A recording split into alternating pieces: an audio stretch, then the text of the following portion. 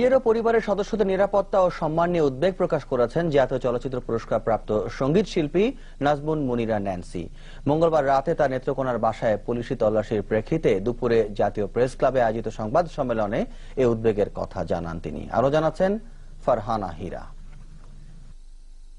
সম্প্রতি সামাজিক যোগাযোগ মাধ্যম ফেসবুকে স্ট্যাটাস দিয়ে তার রাজনৈতিক ভাবনা ও সমর্থনের কথা তুলে ধরেছিলেন সঙ্গীত শিল্পী ন্যান্সি। এর সপ্তাহখানেক পর গত 29 অক্টোবর রাতে ন্যান্সির নেত্রকোনার বাড়িতে পুলিশ সন্ত্রাসী খোঁজার নামে তল্লাশি চালায়।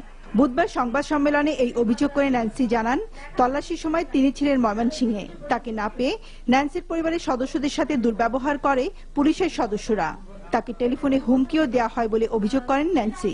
সব দলের প্রতি পূর্ণ শ্রদ্ধা রেখে বলছি, একটা শিল্পী সবার নিঃসন্দেহে, শিল্পীর বাইরে সে কিন্তু একটা মানুষ, তার নিজস্ব ব্যক্তিগত একটা রাজনৈতিক মতাদর্শ থাকতেই পারে।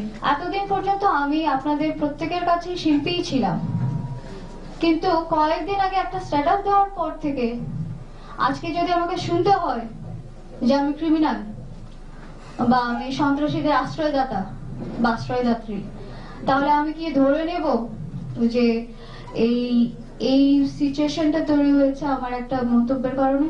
আমি সত্যি আতঙ্কিত, আমি ভীত। কালকে আমার বিরুদ্ধে হয়তো যে কোনো একটা হয়রানিমূলক যে কোনো ব্যবস্থা তারা নিতে পারে। আমি আপনাদের সাহায্য চাই। সংবাদ সম্মেলনে চিত্র পরিচালক চাষী নজরুল ইসলাম, জাতীয়তাবাদী সামাজিক সাংস্কৃতিক সংস্থা জাসাসের সভাপতি MK মালেক, সাধারণ সম্পাদক মনির খান সহ কয়েকজন শিল্পী উপস্থিত ছিলেন। ফারহানা হীরা, NTV নিউজ, ঢাকা। কক্সবাজার।